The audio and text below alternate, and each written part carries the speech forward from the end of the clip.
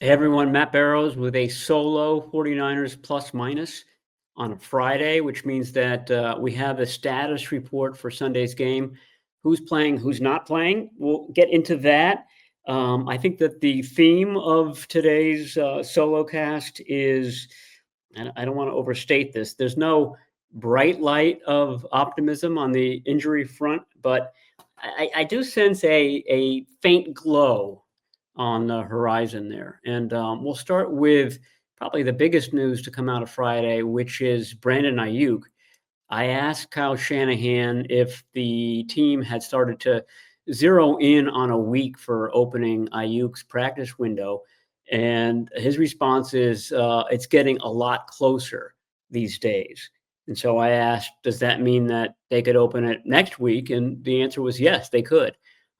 He said that they're in the stage now where Aiyuk is week to week.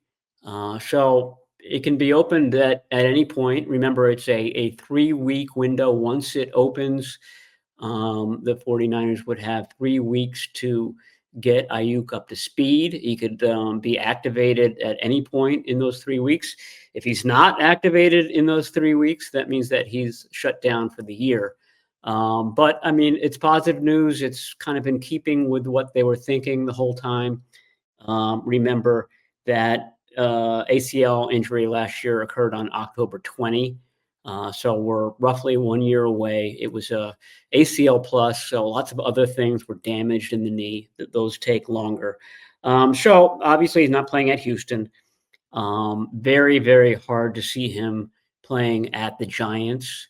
A week from Sunday, the 49ers might open his practice window next week, but probably he wouldn't play that quickly, especially on the MetLife Stadium turf that we all know and don't love. And then after that, it's at home against the Rams. That's a possibility. That would be week 10. And then at the Cardinals. And then after that, versus Carolina. And that's a Monday Night Football game in week 13. So I think that Rams, Cardinals, Panthers are what we're looking at for Brandon Aiyuk. And so the question's going to, be raised in the coming weeks once that practice window is opened. It seems like the timing for a few guys at the same position, Aiyuk, Ricky Pearsall, and Jacob Cowing are all about the same. And all of a sudden, if all three of those guys were available, the 49ers would suddenly have a glut of wide receiver instead of the shortage that they've been dealing with all season. And then somebody has to be cut, or somebody has to go on IR, somebody has to go onto the practice squad, something like that. That's all kind of first world problems that the 49ers haven't had to deal with yet, but that's a possibility. Pearsall, he has been ruled out for this game, did not practice this week, has not practiced since week 3, which is when he suffered the PCL injury. So that's problematic. I asked Kyle Shanahan earlier in the week, did he have a setback? This guy just hasn't even returned to the practice field yet. That's step one. And he said no, but it is taking longer than the 49ers thought that it might initially. But he said that there was nothing happened during his rehab that, he didn't incur another injury or aggravate the PCL. But it's just not healing as fast as they thought. So, does that mean that Aiyuk is back before Pearsall? I think that their timelines are probably very similar at this point. So could go into one game with one wide receiving crew, and then the next week they would have a totally different one. Also not playing in Houston are the 3 hamstring guys. That's Bryce Huff, Yetur Gross-Matos, and Jake Brendel. So Matt Hennessy will get his first ever start with the 49ers at center. He did pretty well against the Atlanta Falcons. I did talk to Bryce Huff about his hamstring. He said that he did it on the last play of the game. And I think the takeaway is that, George Kittle had a really bad hamstring tear, really, in week 1. I think Bryce Huff's is on the opposite end of the spectrum. So he's not going to play this week. Again, probably not against the Giants, especially on that turf. But I would think that he's a possibility against the Rams as well. And I get the impression just from watching him that Jake Brendel's is probably more similar to Bryce Huff's hamstring injury than it is George Kittle's. So he could be gone for 2 weeks and then back after that.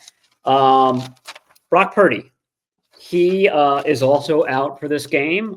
He has not had a full practice since he suffered that toe injury in week 1. So now almost 2 months of it sort of lingering and hanging around.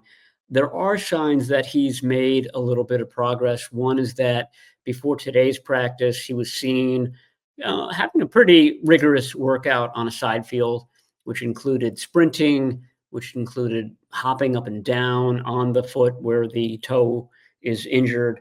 Brock Purdy's game is built on kind of explosion out of the pocket every now and then. He's good at picking up yards. He's good at picking up first downs. And I think that the 49ers are want to make sure that that ability is back, that there's no governor on him.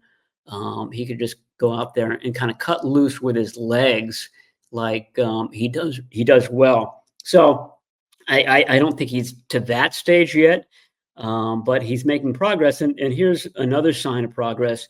He's going to Houston. Not going to play in Houston, but he's going on the trip. He didn't do that for the trip to LA. He didn't do that for the trip to Tampa Bay. It's just a sign that the toe is further along than it was a couple of weeks ago when they played the Buccaneers. So I think that there's a possibility next week, the Giants game for Brock Purdy, or the following week against the Rams. I mean, the Rams could see basically an entirely different team than they saw just a few weeks ago when a lot of 49ers, if you'll recall, were injured. And the prospects for the 49ers winning that game were pretty low, and they pulled it out. Some other injuries, Deommodore Lenoir, you probably heard me telling Tim Kawakami that he didn't look great in the Wednesday practice. He's dealing with a quad injury. He missed Thursday's practice as well, but he was back on Friday, and he practiced on a limited basis. He seems to be trending in the right direction. I think it's something, 2 more days of non-practice, or actually one day. It looks like he's on his way to playing against the Texans, but it's still a bit up in the air. This is the Texans team that isn't going to have Nico Collins, one wide receiver.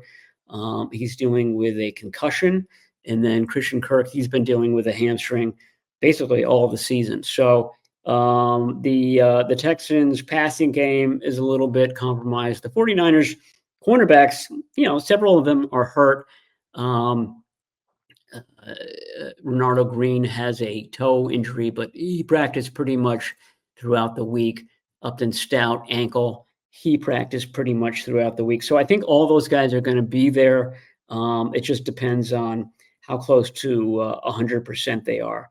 And then Luke Gifford, he's their strong side linebacker, a kind of stalwart on special teams for them. He didn't practice on Thursday, yet another hamstring issue, but he was back in Friday's practice. He also seems to be trending toward playing.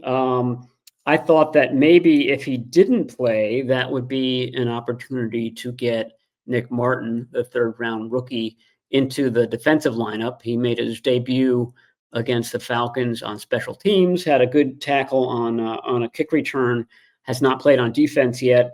So I asked Robert Saleh about that. And remember, Martin was drafted to play weak side linebacker, which is the D Winters spot, which is why he hasn't played at all this year, because Winters has been quite good at that positions. And I said, okay, have you started to use Nick Martin at strong side, which is Gifford's spot? And he said he practices some there, but he's still very much a weak side linebacker. So even if Gifford didn't play, it might be that Martin wouldn't come in. We might only see Martin this year on defense if D. Winters is injured. And you understand the logic in that. It's such an important position. It would be a really interesting substitute, and probably most teams don't have that amount of depth. I just wonder, since those two positions are so similar, why they can't get Nick Martin in at strong side for what, 6 to 10 snaps a game. Would seem like a good way to utilize him and to get his feet wet, but that doesn't seem to be what the 49ers are thinking at the moment. Anyway, that's it from the Friday practice. Like I said, the injury situation seems to be getting a little bit better, or a little bit more optimistic, but we'll have to wait and see what happens on an artificial surface in Houston. Early start. These guys are feeling it right now. You can tell that by the number of hamstring injuries, strains, issues they have. Anyway, Matt Barrows will talk to you right after the game on Sunday.